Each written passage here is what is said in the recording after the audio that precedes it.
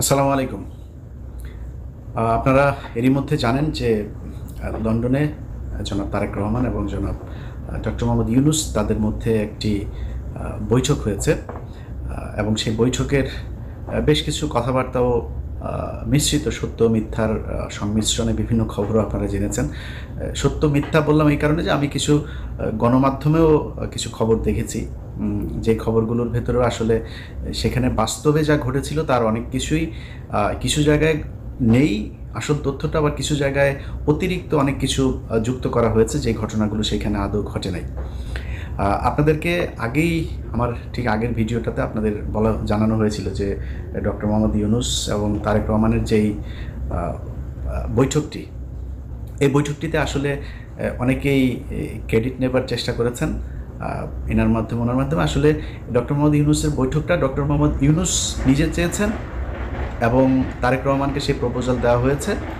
যথাযথ মাধ্যমে প্রপোজাল দেওয়ার পরে তারেক রহমান সেটাতে সম্মতি জানিয়েছেন, যে কারণে এই বৈঠকটা হয়েছে। এখানে কেউ তারেক রহমান বৈঠক করতে চান নাই, ডক্টর মোহাম্মদ ইউনূস প্রপোজাল দিতে চান নাই, আরেকজন এটা করে দিয়েছেন, এরকম বিশেষ করে দুইজনের নাম না বললেই না, ডক্টর আসিফ নজরুল এবং জনাব মনির হায়দার।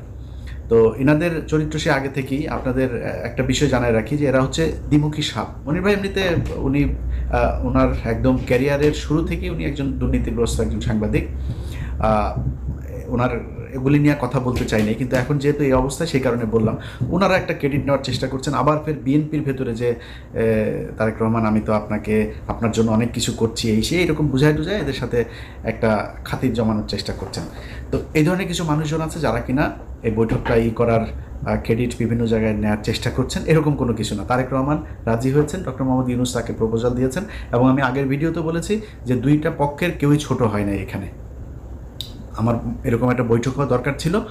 বৈঠকের ছোটোখাটো কিছু বিষয় আপনাদেরকে জানাবো, তার আগে মূল জিনিসটা আপনাদেরকে জানিয়ে দেই। সেটা হচ্ছে এই বৈঠকটা অত্যন্ত ফলপ্রসূ এবং আমরা এতদিন ধরে আসলে যা চাচ্ছিলাম সেইটাই এই বৈঠকের মধ্য দিয়ে ঘটেছে।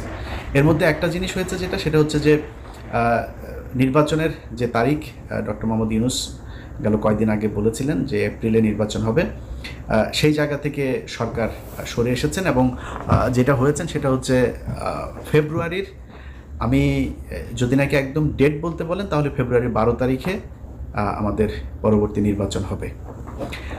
12 তারিখ কেন, সেটা হচ্ছে যে কোনোভাবেই রমজানের আগে চেয়েছিল তারেক রহমানের পক্ষ থেকে নির্বাচন, এবং যেহেতু রোজা শুরু হচ্ছে ফেব্রুয়ারির মাঝামাঝিতে 16 অথবা 15 তারিখ, তার আগে 15 তারিখ এর আগে একটা বিতর্কিত নির্বাচন হয়েছিল, যে কারণে ওই তারিখটাকে করা হয়নি। তার আগে আবার শুক্রবার শনিবার এরকম কিছু বিষয় আছে। তো 12 তারিখ সম্ভাব্য তারিখ এখন পর্যন্ত আমার কাছে থাকা যে তথ্য সেটা। তো এই বৈঠকের এটা হচ্ছে মূল যে জিনিস। তো এইটার পরে যে কেউ যে কাউকে জোর করে বলেছে যে, বা ডক্টর ইউনূস বলেছে না আমরা ফেব্রুয়ারিতে করব না, মার্চে নিয়ে যাব, এরকম কোনো কিছু হয়নি। ওনারা এটা বলেছেন, উনি বলেছেন ঠিক আছে কোনো সমস্যা নেই, এই নির্বাচন এইভাবেই হবে। এখন এত ফলপ্রসূ একটা কেন হইল, এটার কিন্তু কিছু কারণ আছে। এই বৈঠক করানোতে কারোর ক্রেডিট না থাকলেও বৈঠকটা যে ভালোভাবে হয়েছে এটার কিছু ক্রেডিট কিছু মানুষের আছে। সেটা হচ্ছে কিছু মানুষকে এই বৈঠকে না রাখাটাই হচ্ছে সেই ক্রেডিট।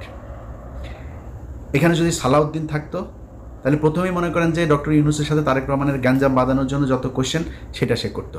এখানে যদি আমির খসরু মাহমুদ চৌধুরী থাকতো, এখানেও একটা গ্যাঞ্জাম বাঁধাইতো। ডক্টর মোহাম্মদ ইউনূস যে হোটেলে উঠেছেন, ডকচেস্টার হোটেল, সেটা হচ্ছে লন্ডনের বিখ্যাত সেই হাইড পার্ক, এটার পাশের একটা রাস্তাটার নাম হচ্ছে পার্ক লেনের উপরে সেই হোটেলটা।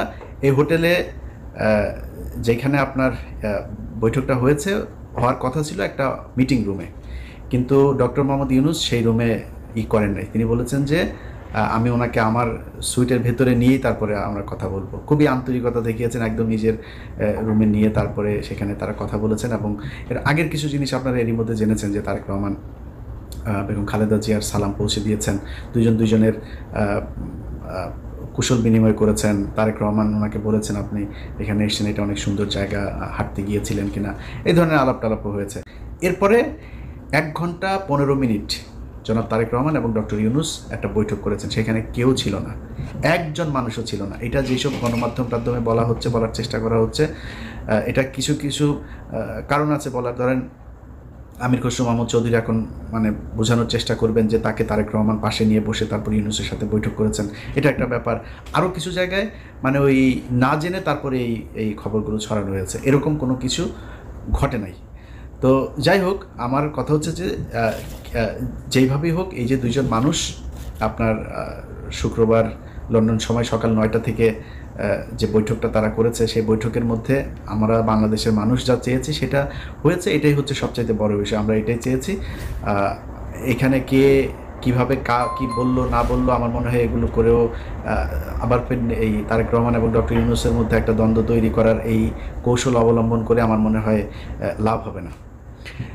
অতএব আমরা বিএনপি এবং ডক্টর মোহাম্মদ ইউনূসের দুইজনের মধ্যবর্তী একটা জায়গায় নির্বাচনের জন্য দেশবাসী প্রস্তুতি নেই। যারা নির্বাচন করবেন তারা প্রস্তুতি নেই। আমরা যারা ভোটার আছি আশা করি ইনশাল্লাহ এবারের ভোট নিজে উপস্থিত থেকে ভোট কেন্দ্রে গিয়ে তারপরে জীবনের প্রথম ভোট দেওয়ার সুযোগ পাচ্ছি। আমি আমার এর আগে যেই নির্বাচন, আমি 2002 সালের এসএসসি পরীক্ষার্থী, 2004 সালের এইচএসসি পরীক্ষার্থী। তো আমি ভোট দেওয়ার এর আগে আর সুযোগ পাইনি। একটা ভোট পেয়েছিলাম, 111 সরকারের সময়ের ভোটটা পেয়েছিলাম। তো ওইবার আমি ভোট দিতে যাই নাই।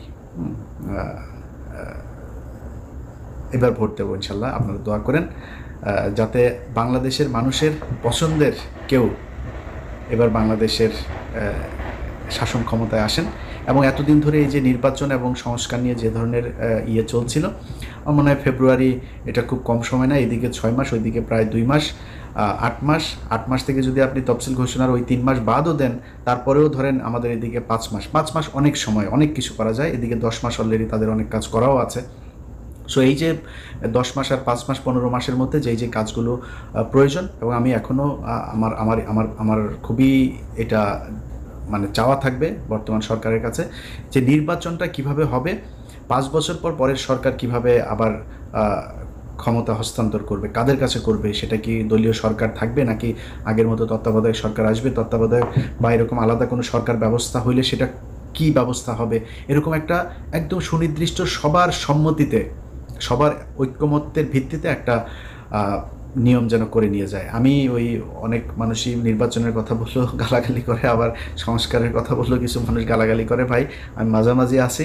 আমি চাই একটা সংস্কার হোক এই জায়গায়, তবে নির্বাচনটা ফেব্রুয়ারিতে হোক, সেটাও আমি চাই। অতএব এই দুইটা মিলিয়ে একটা ভালো পরিস্থিতি তৈরি হবে। বাংলাদেশের ইতিহাসের সবচাইতে সুন্দর গ্রহণযোগ্য একটা নির্বাচন হবে, এবং বাংলাদেশের ইতিহাসের সবচাইতে সুন্দর একটা রাষ্ট্র পরিচালনার জন্য সুন্দর একজন মানুষকে আমরা এবার এই 2026 সালের নির্বাচনে পাবো, এটাই বিশ্বাস করি, ভরসা রাখি। আল্লাহ যেন আমাদের সবার এই ইচ্ছা পূরণ করেন।